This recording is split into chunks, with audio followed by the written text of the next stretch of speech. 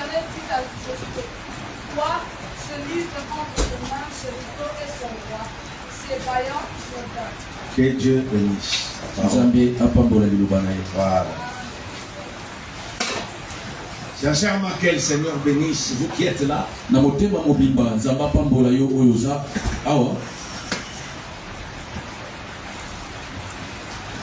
Moi, je devrais même aller prêcher dans une église. On m'a appelé qu'avec la pluie, ne venez pas, ça ne va pas là-bas.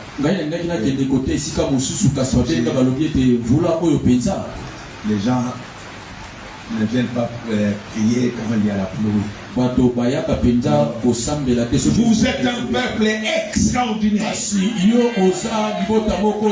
dis que la destinée est un peuple extraordinaire. Un peuple mis à part par Dieu. Un peuple béni par l'Éternel. Cela nous déclare encore. 2024 ne finira pas. Chaque enfant de cette église vivra la prophétie qui est derrière moi. C'est-à-dire que les portes de la vie seront toutes ouvertes et le ciel vous restera éternellement ouvert. Amen. Amen. Voilà. Le terme de ce matin, voix. Mona. V-O-I-S. Voix. Mona. C'est le verbe voir. Alléluia. Amen. La Bible dit que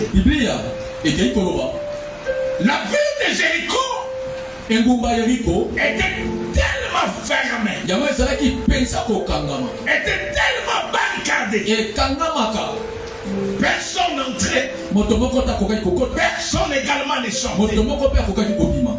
Alors c'était une ville qu'Israël devait à tout prix posséder. Mais pour entrer dans cette ville, ce n'était pas facile. Vu les dispositifs qui ont été mis tout autour de la ville. Israël devait lutter. Israël devait combattre pour pouvoir en posséder. Mais écoutez ce matin, Dieu dira maintenant à son serviteur, vois,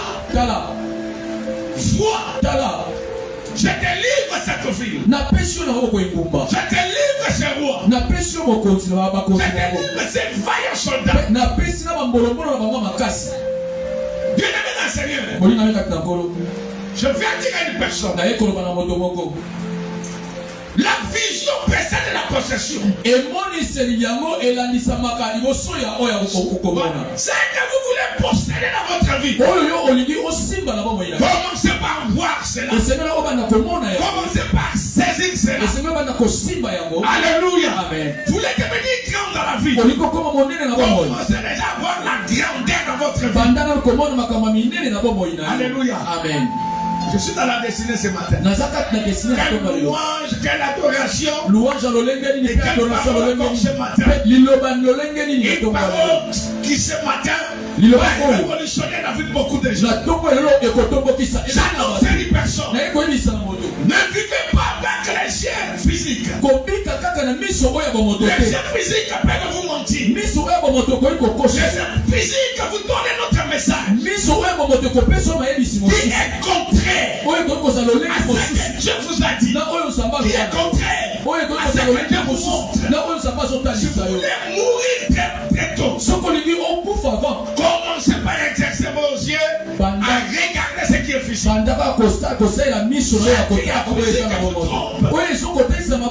Alléluia. Mais ce qui est spirituel reste toujours au-dessus. C'est le spirituel qui commande. Ce qui est naturel.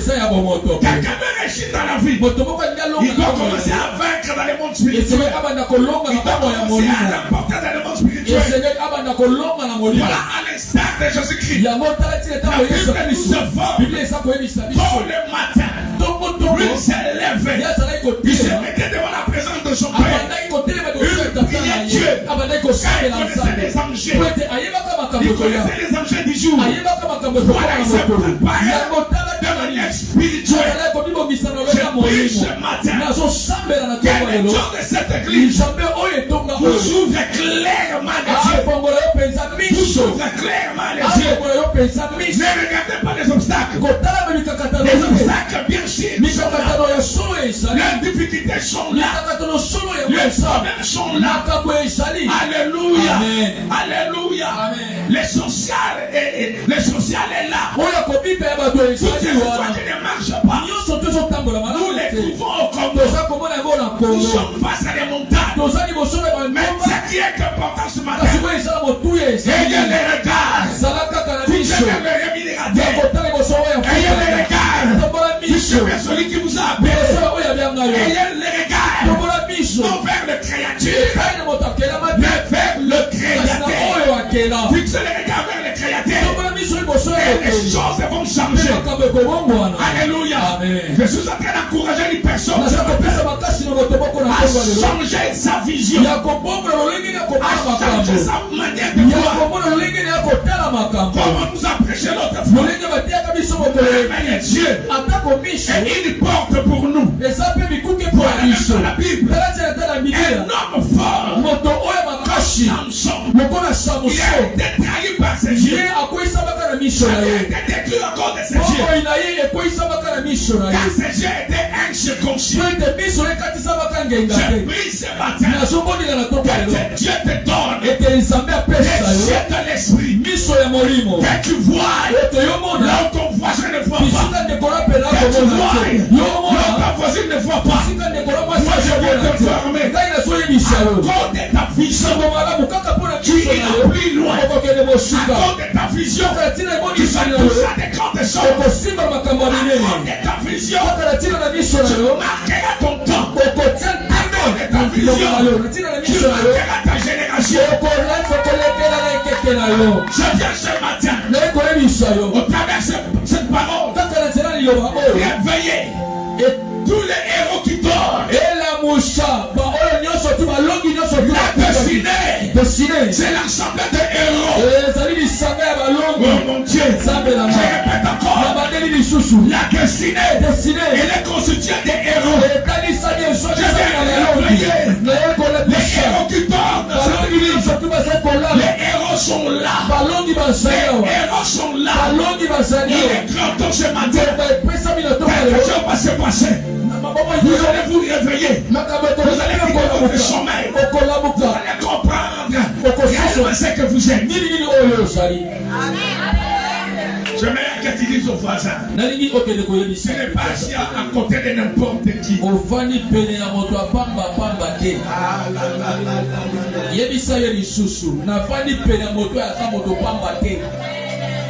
Ah là là là là, on ne va pas voir ce qu'on a dit.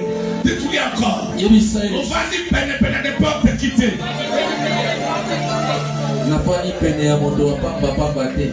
Ozobanga na moni oza moto pamba. Dis ton voisin, on va finir. On va dire peine de porte quitter.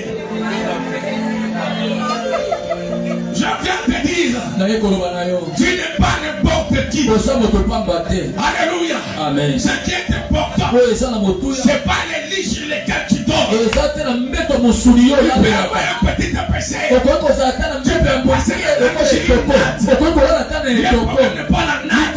Le problème n'est pas les lits. Mais le problème, c'est la personne qui dort sur cette natte. C'est un héros. Dis ton voisin, c'est un héros. C'est pas la maison du puisque elle peut souhaiter à tout moment. Elle peut être portée par la pluie. Mais Israël, c'est pas la maison, mais c'est la personne qui habite. C'est la personne qui reste là. Dans cette maison-là, qui souhaite, qui a peut-être été détruite. Il y a un héros à l'intérieur. Il y a une héroïne à l'intérieur. Je viens révolutionner quelqu'un.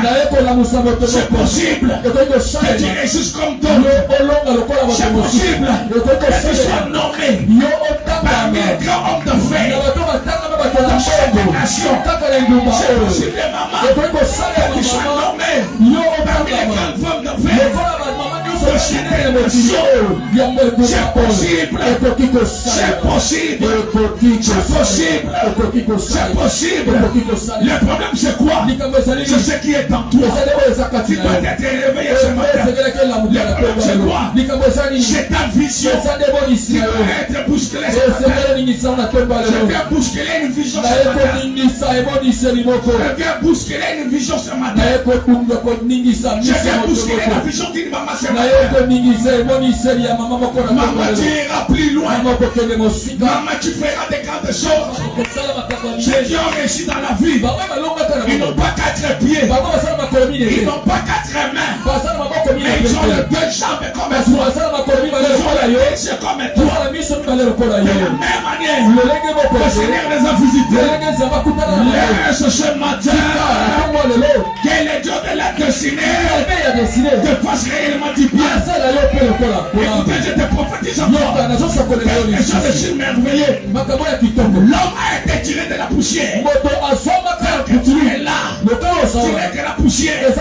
Mais je constate ce matin, le Seigneur est en train de mouiller la poussière à l'extérieur. Il est en train de mouiller la terre à l'extérieur. De cette même manière, votre vie également soit mouillée. Votre vie également soit bénie. Est-ce que quelqu'un croit à cela? Amen. Missa dominé. Amen. Amen.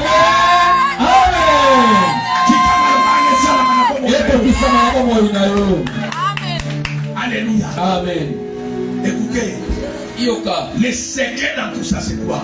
Libombami na makambo wana nyonso to ezali. Ayez la puissance de l'imagination. Zala na nguya ya komona makambo. Ayez la puissance de la vision. Zala na nguya ya emoniseli.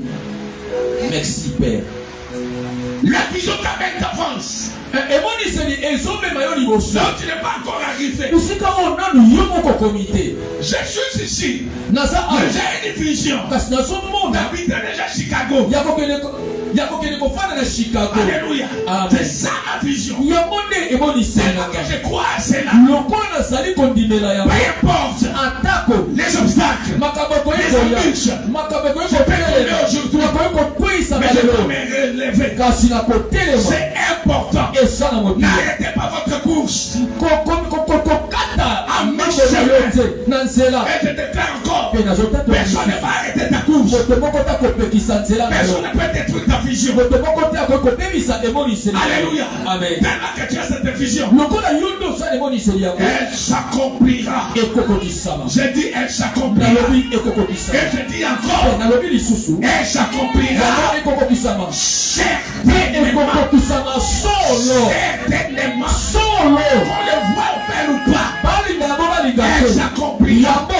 Certainement. Solo. Papa, maman. Si tu échoues avec le temps. Si tu échoues avec le temps. Mais mon Dieu, ce matin, il provoquera une circonstance. Il provoquera une circonstance. Alléluia. Je dis, il provoquera une circonstance.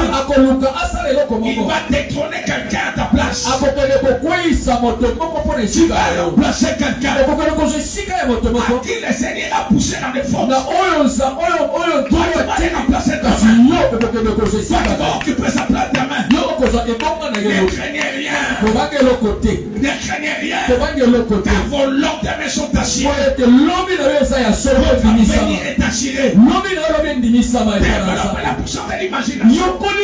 Moi, ce matin, que tous tes ennemis sont en train de tomber.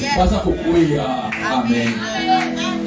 Amen. C'est là où j'aime les anglophones. Moi, ce matin, tes ennemis tombent. Il y a des choses qui font la force de l'évangile anglophone. Un, il y a la foi. Et deux, il y a les déclarations. Point barre. Point barre. Vous voulez monter. Vous voulez réussir. C'est que vous voyez. Croyez à cela. S'il vous plaît. Croyez à cela. Dieu ne trompe jamais.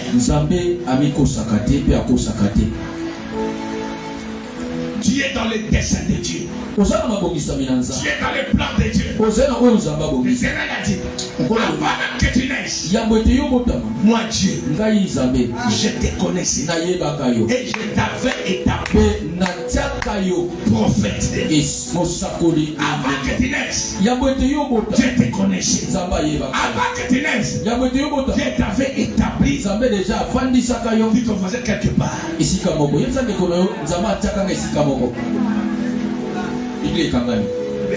Dites ton voisin quelque part. Dites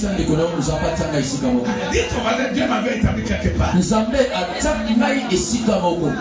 Alléluia. Amen. Même dans les mariages, Dieu t'avait établi déjà. Dites ton voisin. Amen. Alléluia. Amen. Même dans la vie, dites ton voisin, Dieu m'avait établi. Il t'avait établi quelque part. Il t'avait placé quelque part. Il t'avait posé quelque part. Alors personne ne peut te placer. Les bornes que le Seigneur a posées. Les bornes que le Seigneur a placées. Personne alors. Personne ne pourra les déplacer. Tu es dans le plan de Dieu. Tu es dans le magnifique plan de Dieu. Je suis dans le magnifique plan de Dieu. Tu es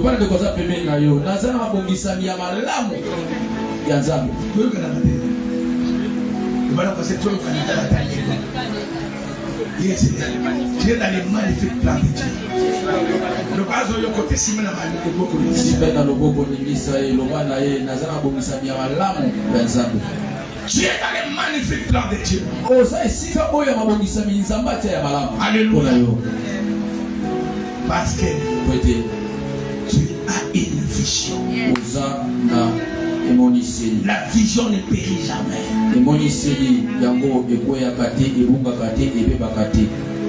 Alléluia. Amen. Vous allez vous rendre compte que beaucoup de gens aujourd'hui,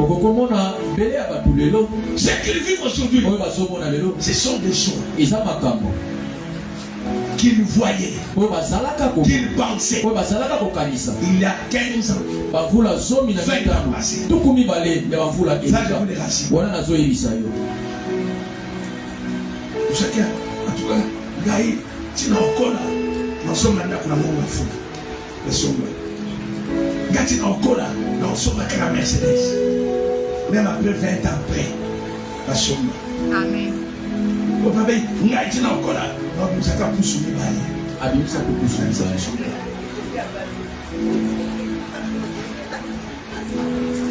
La vision. Et mon ici domiso. Aidez-moi à dire au voisin. Sunganga ko ibisa ndé kwa za féminin. Ne vois pas comme tout le monde. Comment on a le kola motonio sote. Yebisa yi.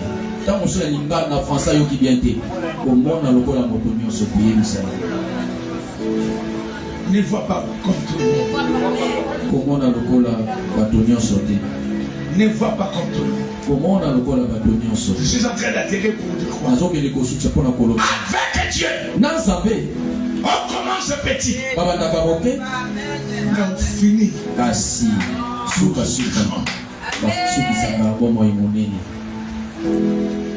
Tu finiras ta vie dans la grandeur.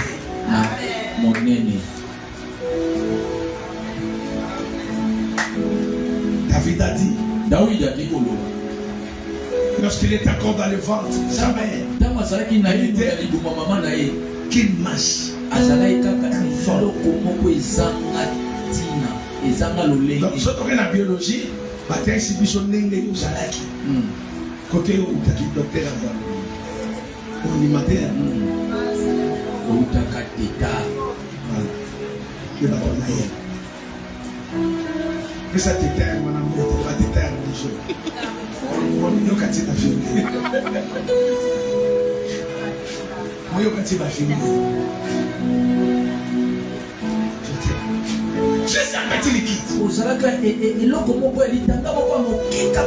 Mais Dieu a donné de la force.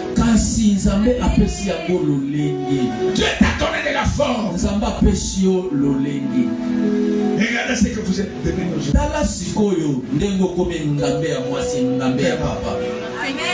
Je vois ça ma photo pour 10 ans. Dans la photo, ça va regarder ce qui est pelé.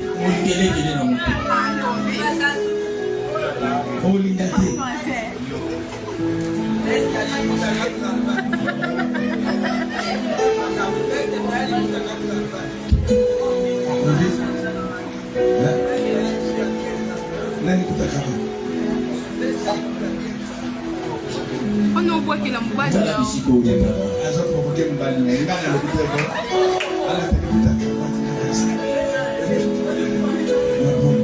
Maman Mado, Babou les gars, cravate à l'ipouta. Ils appellent les vraies photos à la bureau. Archive et Tonga Isali. On a photo mon sur trésor avec ta guitare. Papa photo comme soit du Missamba Tamata. Les mains c'est comme ça. Je vais mon photo monsieur. Il y a toujours une autre qui avec ta guitare.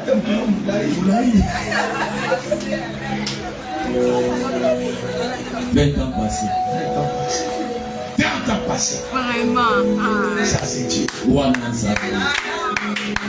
C'est dit que quelque part, chacun de nous a quelque chose pour adorer Dieu, pour louer Dieu. Vous avez photo de mon maman José. Quand il va voir les amis. La Masanika, Nambueno, beaucoup de choses à l'hôpital. Là, je suis à l'hôpital. Donc, je tiens Dieu nous a pris quelque part. Vous avez à soi mis ceci. Il sait exactement où il est en train de nous conduire. Où il est en train de nous amener. Le Seigneur ne t'abandonnera pas jamais. Il sait ce qu'il a formé pour toi. Il n'est pas le Dieu de Zèbre inachevé. Quand tu commences une œuvre, il amène jusqu'à la fin. Nous prions cette année de que ce soit l'année de réalisation.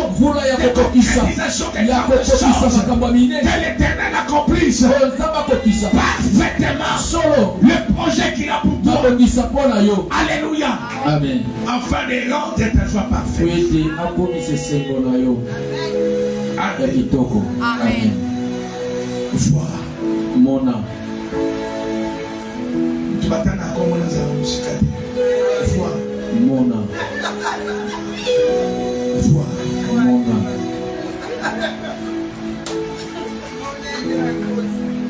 Je te livre la ville de Jéricho. Napesio engumba ya Yeriko. Je te livre ce roi. Napesio bakonzi na yango. Je te livre ces vaillants soldats. Pe napesio état major to mbolombolo na baba. Je dis à une personne. Na ekoloba na moto mo. Face à un combat. Liboso na bitumba. Chante ta façon de voir. Bongola lolenge na yo ya bomona makambo. Nous combattons. Tosako pas pour chercher la victoire. Mais nous combattons déjà avec notre victoire. C'est là la différence. Paul a dit, nous luttons, nous combattons, mais notre espérance c'est tout dans les dieux vivants. Marche avec cette vision-là. Marche avec cette victoire-là. Alléluia. Amen. Les regards plus aux montagnes.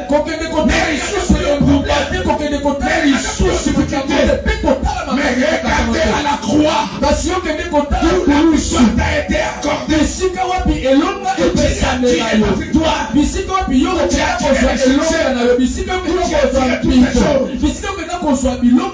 Quand tu as cette vision-là, tu ne vas pas paniquer. Tu Je finis par dire un homme de vision. Il voit ses ennemis comme des simples fourmis. Oui, il faut se les former à casser pour vous mailler. Vous même du bang pour vous mailler. Grâce à ça. Fourmis. Et donc, on faut ça me casse pour vous mailler.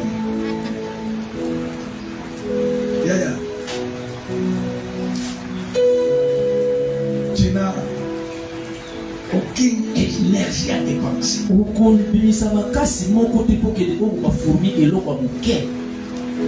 Les combats qui t'arrivent dans la vie, en réalité, ce ne sont pas des combats. Laisse à Jésus combattre pour toi.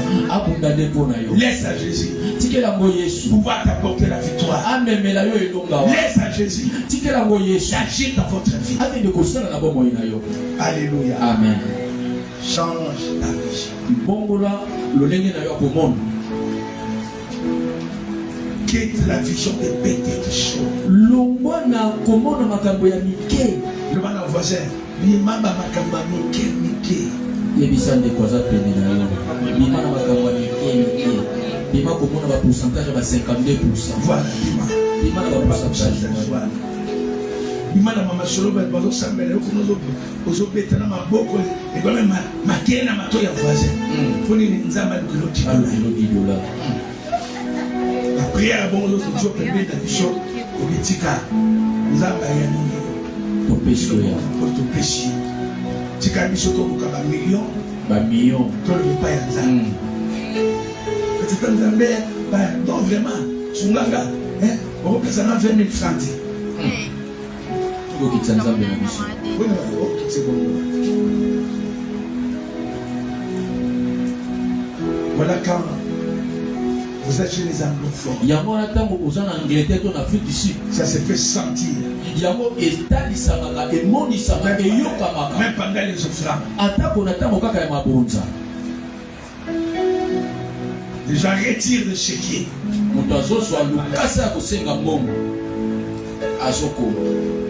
Allez retirer à la banque. En église nationale, les athlètes, tu as le chèque. Est-ce que vous avez mis dans le chèque? Attaché avec toi, carte na yo wana, oya docteur. Tu as papa lady.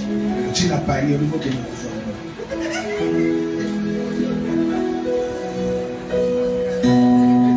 la vision et mon lycée. Parce que Batumi va faire mon rapport pour la compte de la banque. Nous nous sommes banque. Là c'est nous on va sérieux. Vous connaissez moi ça. Non pas d'année. Il y a pas d'année. 10 000 francs beaucoup pour le compte. Les banques va quand la compte vont va bien se là 15 000.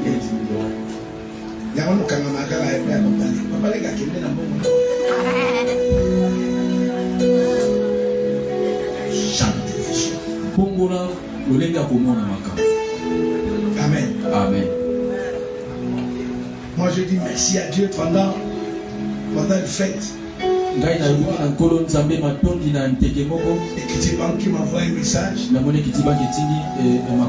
y a quelqu'un qui a versé de l'argent dans mon compte.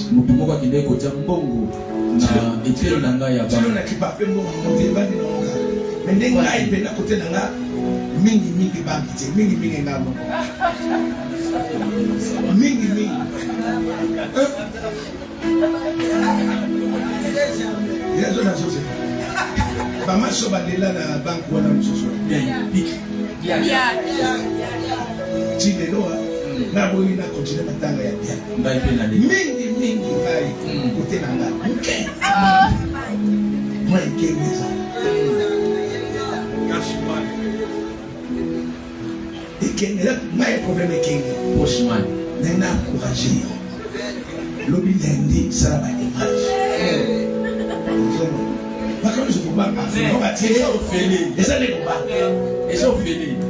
Parce que ma bureau opère en la thésaurisation de la monnaie. Donc, je m'appelle augmentation de l'an. Et demain, tout le monde plaît, là est tomate. C'est ça la cause.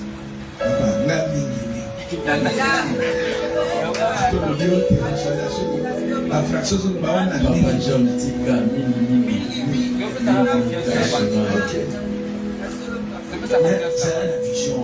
Kasi demoni c'est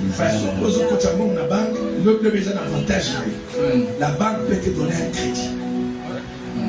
C'est avantage. Mais tu banques la carte de l'eau. Même quand les canaux sont bas, nous avons des banques. On va faire le connoisseur des canaux. Mais quand les capotés, papa les écouteurs, les banques, on les capte. C'est là que même bon, on voit qu'on a un bon temps de notre côté. Et la banque, ils ont encore assuré. kasi mingi. Amen. Amen. Et la vision des grands. Ezala na imoni seria makambo mingi. Même si on va dire que les tabous, mais vision excellence. Amen. Tout le monde a besoin de belé le makambo entrepreneuriat. Ba fungwa ki ba ozo bango. Le monde a beauté à simplicité. Ezakisite. Nous sommes zakisité. La prise de témoignage là, il y a les garçons à victoire. Kutana moya mamoli. Parce que on m'a dit l'esprit. Pour nous abanek pour nous saler les quelque part. C'est la vision. Là, comment je viens encourager les jeunes. Bwana iko pesa makasi. Elenge kufanda pamba. S'il vous plaît. Et puis, il y a un malade pour travailler c'est maintenant que vous avez la force, la vigueur. Vous êtes des hommes comme les malais, comme un cambo, comme un chute. Oui, amen. Amen. Même pour le combat, c'est maintenant.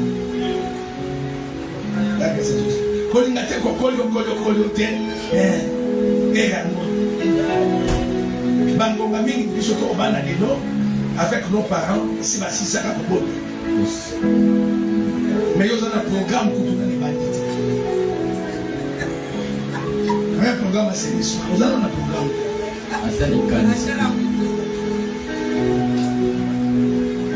Développez votre vision. Bongola emoniseli na yo. Développez ça. Kolisa yango. Et le Saint-Esprit va vous accompagner. Molimo mosantu akotambola na yo. 0 fois 0 égale à combien? Vous n'avez rien. Dans vos ans, N'attendez-vous pas également quelque chose. Mais quand vous avez déjà une vision, le Seigneur va multiplier.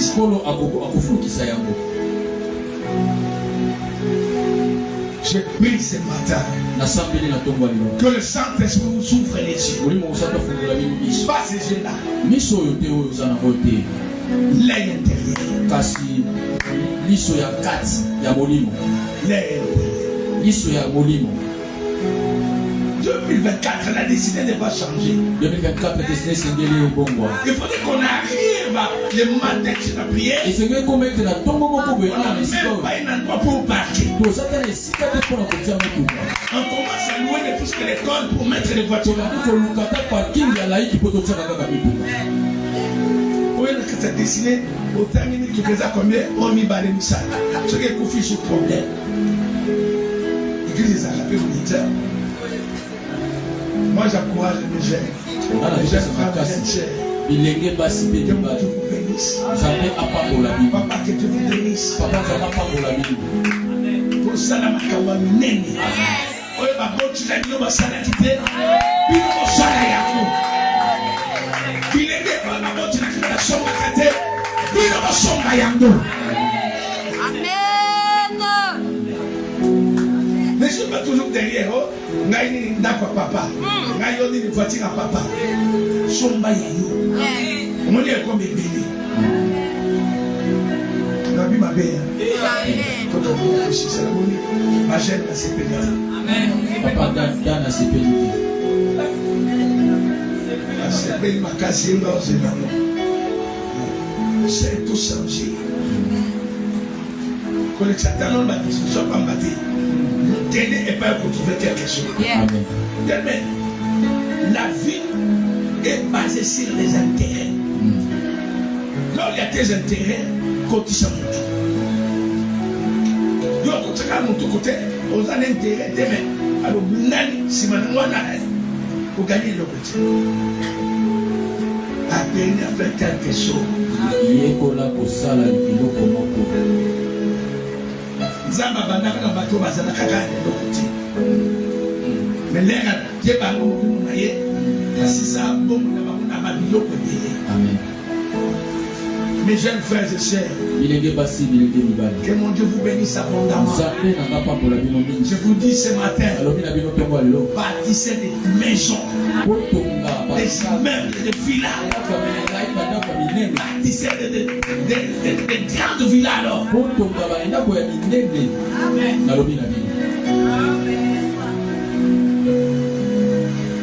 Nous allons tout mettre en jeu. Au niveau des enseignements. Na nzela ya malakisi pour nous pousser pona kotindika biso à devenir utiles dans la vie, tokoma bato na utiles dans la société. Bato na tina kati na bato. Amen. Amen. Voilà nos yeux fermés. Voilà biso tokangi. Ce matin nous n'allons pas chasser les démons. Toko lelo kopengana konyata kofina ba démonia. Parce que nous pouvons nous lever. Toko kote. Nous allons prendre 5 minutes seulement. Toko zwa kaka basai mitano na losambo. Nous remercions à Dieu pour la parole. Pour la liloba. Prions au nom de Jésus. Merci encore ce matin.